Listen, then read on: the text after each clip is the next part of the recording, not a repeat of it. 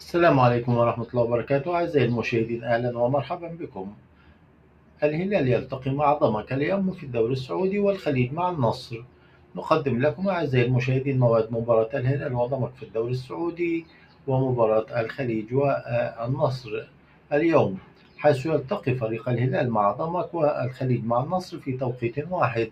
تقام المباراة في الساعة 7:30 مساء بتوقيت القاهرة، والساعة 8:30 مساء بتوقيت المملكة العربية السعودية مكة المكرمة.